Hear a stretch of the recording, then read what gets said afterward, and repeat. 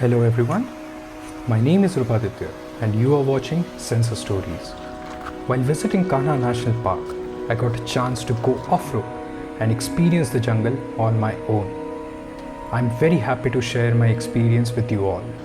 So sit back and enjoy life stories straight from the jungle. So we are out here looking for some owl and some birds, and this area is very close to the jungle, and if you can see this area, so this is the area where wildlife actually comes, and this entire area is the core area of the jungle of Kanha National Park, and a lot of wild animals can also be seen here sometimes drinking water during the summer season or the winter season.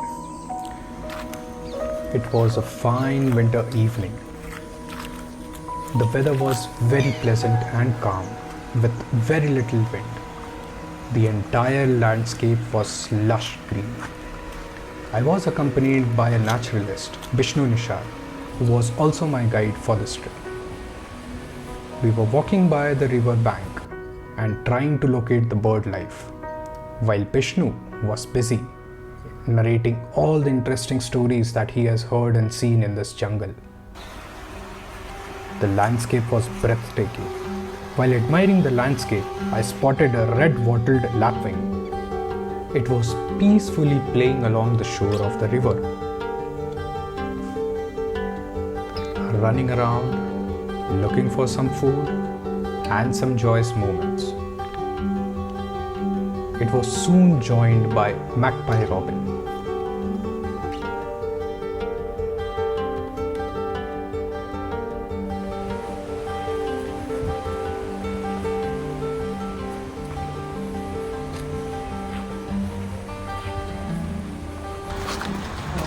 और इस तरफ में कल शाम को वो एक tiger M53 जी वो भी अटैक कर रही थी। ओह अच्छा। सांबर डियर को। हाँ। Last night, on the other side of the river, some wildlife activities were recorded. A tigress named MV3 was seen chasing the sambar deer. The landscape was just amazing, and I couldn't stop myself from capturing this moment. Although not intended, but had to.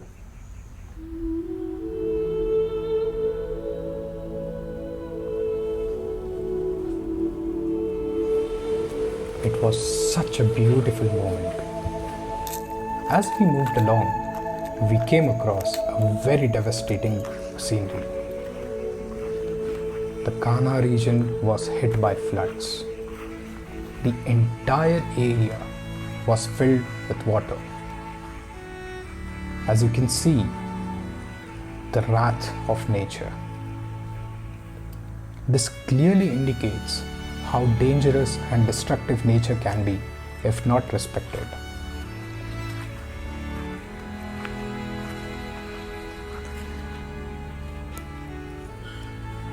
All this was caused by floods. Small creeks were formed as the flood water receded to meet its origin. Alongside this creek, I spotted a group of cormorant and grey hornbill.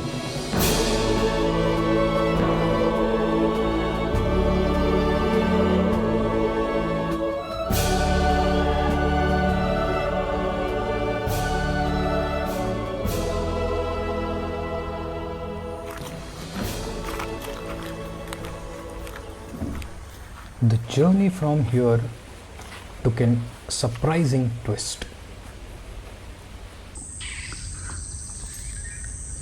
Can you hear this?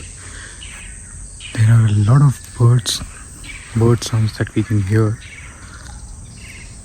but I'm not able to locate exactly where they are.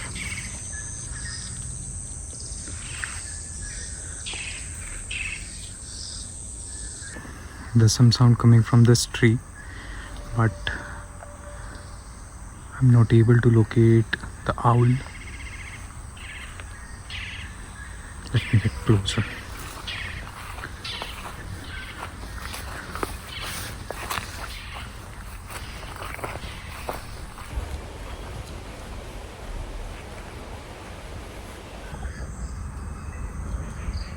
We were scattered in different directions as we were surrounded by birds. Well, at least that's what we thought.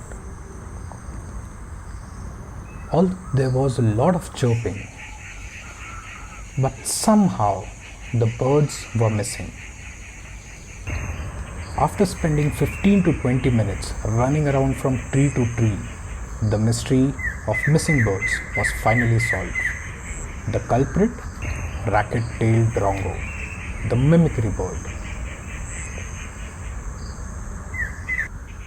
It has been fooling us for around 15 to 20 minutes now. It's sitting over here in this tree. So this sounds like some other bird, but this is not somebody else, but the mimicry bird trying to mimic us. We were surrounded by birds, but only one type, racket-tailed drongo.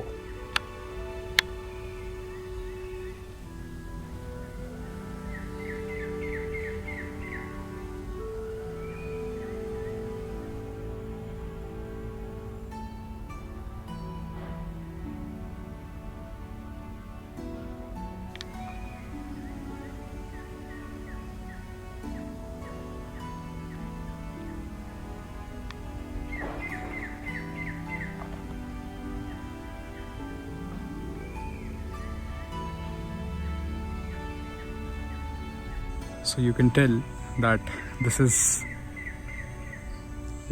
she's been fooling us for around 15 to 20 minutes now, and we've been following her trying to locate this small bird on a big tree, but it has been successfully doing that. So we were out there, I believe. So it's the last sunlight now, and we've not been able to find the owl.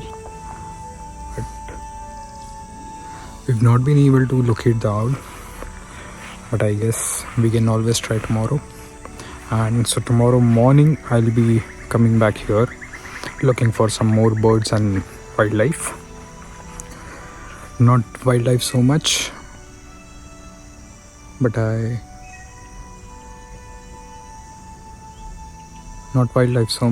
believe we can always find a lot of birds here. So until next time, I believe.